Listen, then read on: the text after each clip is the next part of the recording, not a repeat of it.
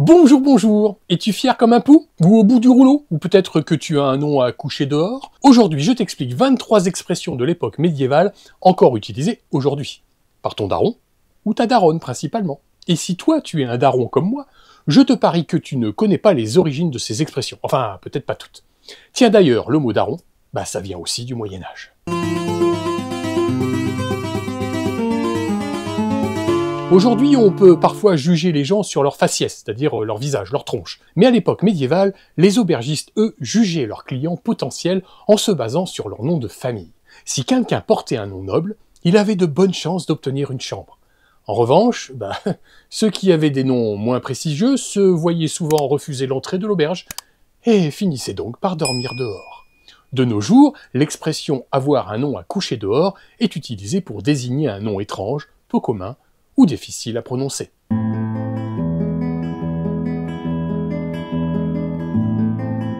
À l'origine, l'expression était « fier comme un pou sur son tas de fumier ». Rien à voir ici avec les poux qu'on redoute de voir envahir la tête des morveux, des enfants. Non, au Moyen-Âge, le mot pou, en ancien français, était un dérivé du latin pulus, qui désignait le coq. Et le coq, cet animal emblématique, surtout en France, a toujours cette posture bien droite, fière, parfois même arrogante, peu importe les circonstances. Aujourd'hui, l'expression « être fier comme un pou » signifie être extrêmement fier, souvent de manière un peu excessive, voire injustifiée.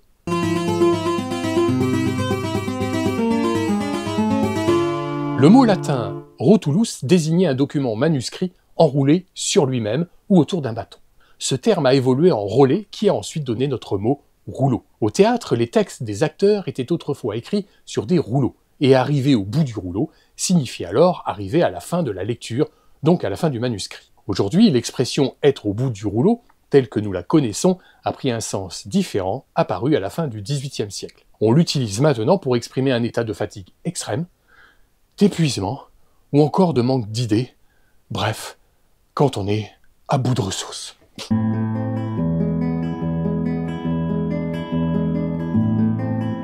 Cette expression trouve son origine dans une ancienne pratique judiciaire médiévale appelée l'ordalie, aussi connue sous le nom de jugement de Dieu. À cette époque, différentes formes d'ordalie étaient employées pour tester la culpabilité d'un accusé en le soumettant à une épreuve particulièrement éprouvante. Si l'accusé survivait ou s'en sortait indemne, il était considéré comme innocent. L'ordalie du feu, par exemple, consistait pour l'accusé à tenir une barre de fer chauffée à blanc ou à plonger sa main dans l'eau bouillante. Si sa main en ressortait sans blessure, cela prouvait son innocence. En revanche, s'il se blessait, il était jugé coupable. Aujourd'hui, l'expression « mettre sa main au feu » signifie que l'on est absolument certain de ce que l'on avance, prêt à en répondre avec une conviction totale.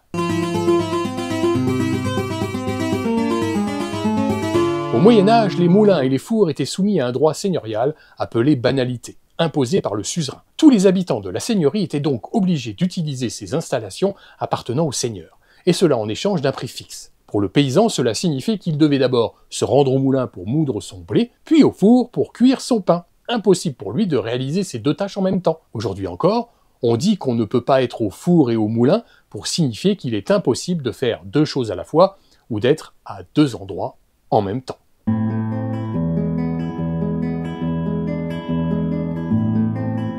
L'expression « sans crier gare » date du XIIe siècle. Et non, cela n'a rien à voir avec les trains, comme tu peux t'en douter.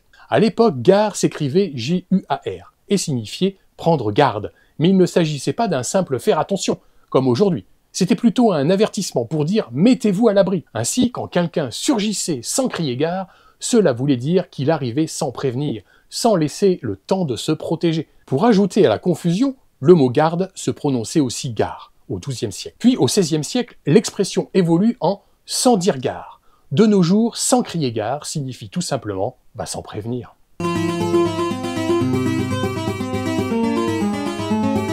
Au XIIIe siècle, fleureter signifiait flatter, un peu comme brosser quelqu'un dans le sens du poil, parfois même de manière un peu exagérée. Ensuite, le mot fleurette a traversé la Manche pour être adopté par la langue anglaise, et il est revenu en France au milieu du XVIe siècle sous la forme du mot flirt. Aujourd'hui, même si elle est passée de mode, l'expression « compter fleurette » est utilisée pour décrire les premiers moments d'une relation amoureuse.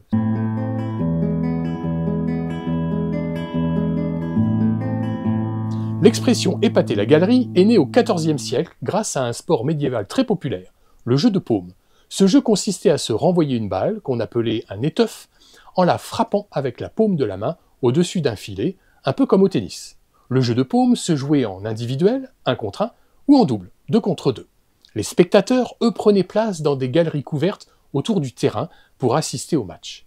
Lorsqu'un joueur réussissait un coup particulièrement spectaculaire, cela suscitait l'admiration de la foule, d'où l'expression « épater la galerie ». Aujourd'hui, dire qu'on veut épater la galerie signifie chercher à impressionner les gens, à attirer leur admiration par des actions spectaculaires.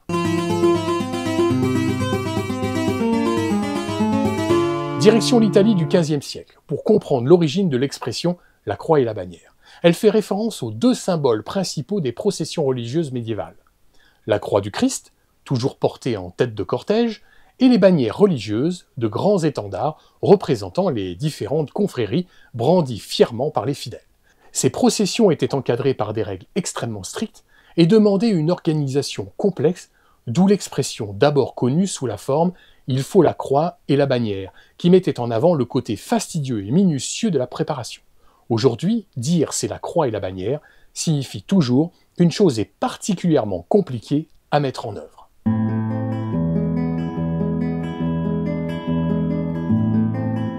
L'expression « monter sur ces grands chevaux » vient directement des destriers, ces puissants chevaux de guerre que montaient les chevaliers au Moyen-Âge. Ces montures imposantes permettaient aux chevaliers de dominer leur adversaire en hauteur et en force. Cette image du chevalier courageux, prêt à défendre ses intérêts ou ceux de son royaume, juché sur son fidèle destrier, s'est ancrée dans l'imaginaire. Et depuis le XVIe siècle, on utilise l'expression pour décrire quelqu'un qui s'emporte et prend un ton agressif en tentant de défendre son point de vue. Nous voilà au XIe siècle, où le mot « le » vient du latin « lupus » signifiant « loup ». L'expression « à la queue leu-leu » tire son origine d'une grande peur médiévale, la crainte du loup, une bête redoutée qui semait la panique dans les campagnes. Les loups se déplaçaient en meute, suivant leur chef en file indienne, ce qu'on décrivait comme « à la queue du loup ». Avec le temps, cette expression est devenue « à la queue leu-leu ».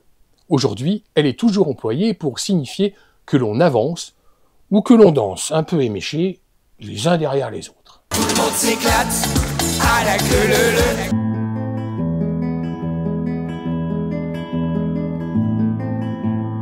À l'époque, le roi et les seigneurs imposaient un impôt direct, appelé la taille, à tous ceux qui vivaient sous leur protection.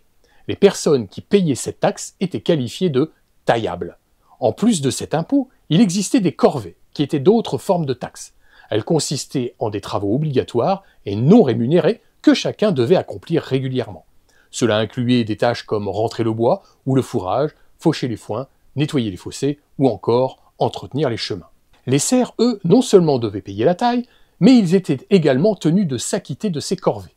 On les appelait donc taillables et corvéables.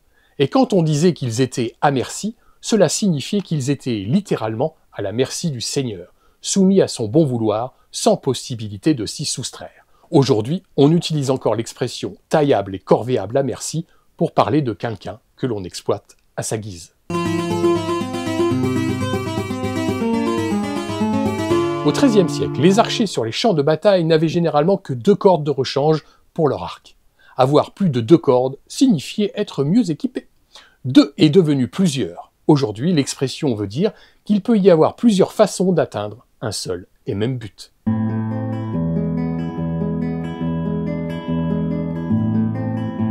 Le mot trappe vient du francique trappa et remonte à la fin du XIIe siècle où il désignait un piège habilement dissimulé, une fosse recouverte de branchages destinée à capturer des animaux. Ce terme est d'abord utilisé dans le vocabulaire de la chasse, mais dès le XIIIe siècle, son sens s'élargit pour désigner aussi une ouverture fermée par un panneau de bois. Les trappes sont aussi des dispositifs que l'on trouve sur les scènes de théâtre ou lors des spectacles de magie qui permettent de faire disparaître une personne en un clin d'œil. Aujourd'hui, l'expression « passer à la trappe » signifie faire disparaître quelque chose ou laisser une information dans l'ombre, sans en parler davantage. À l'origine, la table n'était rien de plus que quelques planches de bois. Quand venait l'heure du repas, on dressait la table au sens propre. On posait ces planches sur des tréteaux pour créer une surface où s'attabler. Une fois le repas terminé, tout était démonté et rangé, laissant la pièce libre pour d'autres activités. Cette expression s'est transmise au fil du temps, mais son sens a évolué. Aujourd'hui, dresser la table signifie tout simplement préparer la table pour le repas en disposant le couvert et les assiettes.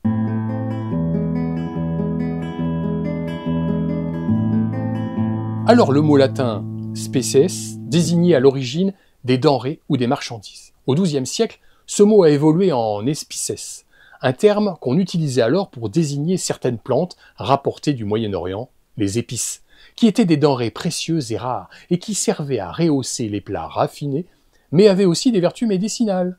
Les bénédictins, par exemple, en faisaient usage pour leurs bienfaits. Mais attention, ces épices coûtaient une petite fortune, puisqu'elles arrivaient par bateau ou à dos de chameau via les grandes caravanes. Pour vous donner une idée, une livre de poivre, environ 327 grammes, valait son équivalent en poids d'or.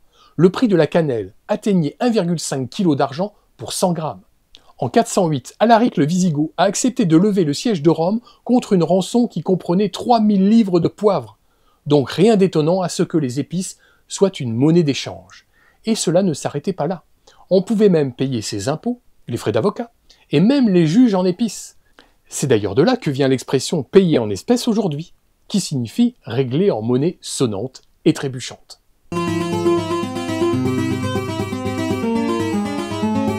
Au Moyen-Âge, les rues des villes étaient loin d'être propres. On y jetait régulièrement des détritus, et la plupart de ces rues avaient un caniveau central pour permettre l'écoulement des eaux sales et des eaux de pluie, créant une rigole malodorante au milieu de la voie. Pour éviter de marcher dans ces eaux souillées et de recevoir les déchets jetés depuis les fenêtres, les habitants préféraient circuler tout près des murs, là où les avancées des étages les protégeaient quelque peu. C'était l'endroit le plus sûr connu sous le nom de « haut du pavé ». Cependant, lorsqu'on croisait un homme plus aisé, plus riche, on devait lui céder cette place privilégiée. Aujourd'hui, tenir le haut du pavé signifie désormais occuper une position privilégiée ou bénéficier d'un statut élevé dans la société.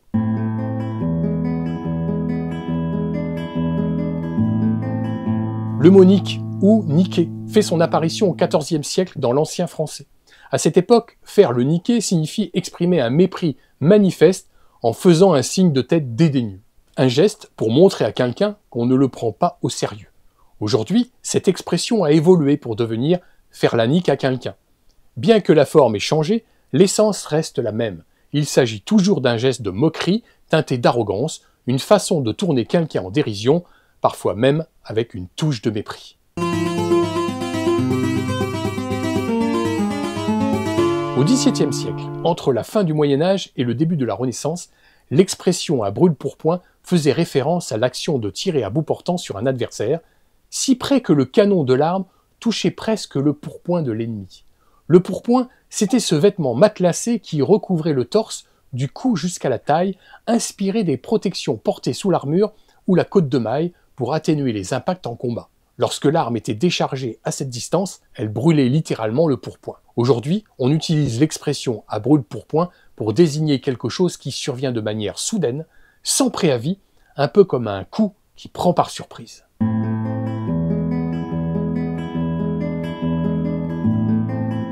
À l'origine, le mot chapitre faisait référence à l'assemblée des moines ou des chanoines qui se réunissaient pour débattre de sujets importants et régler les affaires de leur communauté. Dans ces réunions solennelles, seuls certains membres privilégiés avaient le droit de prendre la parole et d'exprimer leur opinion. Aujourd'hui, l'expression « avoir voix au chapitre » a conservé ce sens d'autorité et d'influence. Elle signifie que l'on a le droit d'être consulté, de donner son avis, de participer activement à une décision, tout comme ces moines qui avaient le privilège de s'exprimer dans leur assemblée d'autrefois. Au XVIe siècle, une coutume romantique voulait que les femmes amoureuses offrent à leur chevalier l'une des manches de leurs vêtements, car celle-ci n'était pas cousue de façon définitive et pouvait être retirée. Ce geste de donner une manche symbolisait alors la fidélité et l'attachement.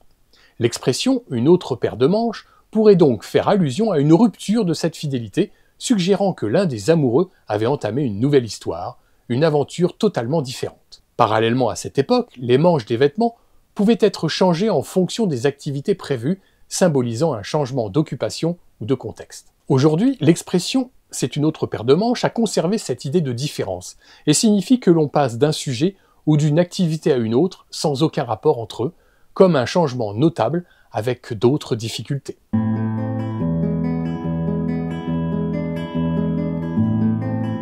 L'expression « chercher des noises » est utilisée depuis le XVIIe siècle pour exprimer l'idée de chercher querelle ou de provoquer une bagarre. À l'origine, vers le XIe siècle, le mot « noise » signifiait simplement « bruit », un terme commun pour décrire des sons perturbateurs. Avec le temps, ce mot a pris un sens plus conflictuel, désignant désormais une dispute ou une altercation. Intéressant à noter, les Anglais ont emprunté ce mot au XIIIe siècle, et noise est ainsi devenu en anglais un terme pour décrire un bruit fort ou un cri, a noise. D'après certaines sources, noise pourrait aussi tirer son origine du verbe latin nocere, qui signifie nuire.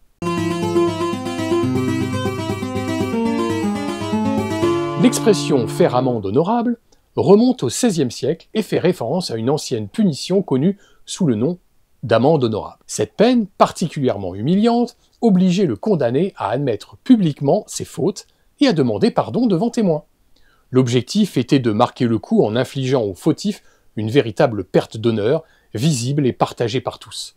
Aujourd'hui, même si la pratique a disparu, heureusement, l'expression est restée. Elle signifie toujours qu'une personne prend la responsabilité de ses erreurs en s'excusant publiquement pour réparer les torts qu'elle a causés et en reconnaissant ses fautes. Voilà, c'est tout pour cette vidéo. Si elle t'a plu, lâche un petit pouce bleu, abonne-toi si tu ne l'es pas encore et partage. Merci et à très bientôt pour une nouvelle découverte médiévale. Bisous.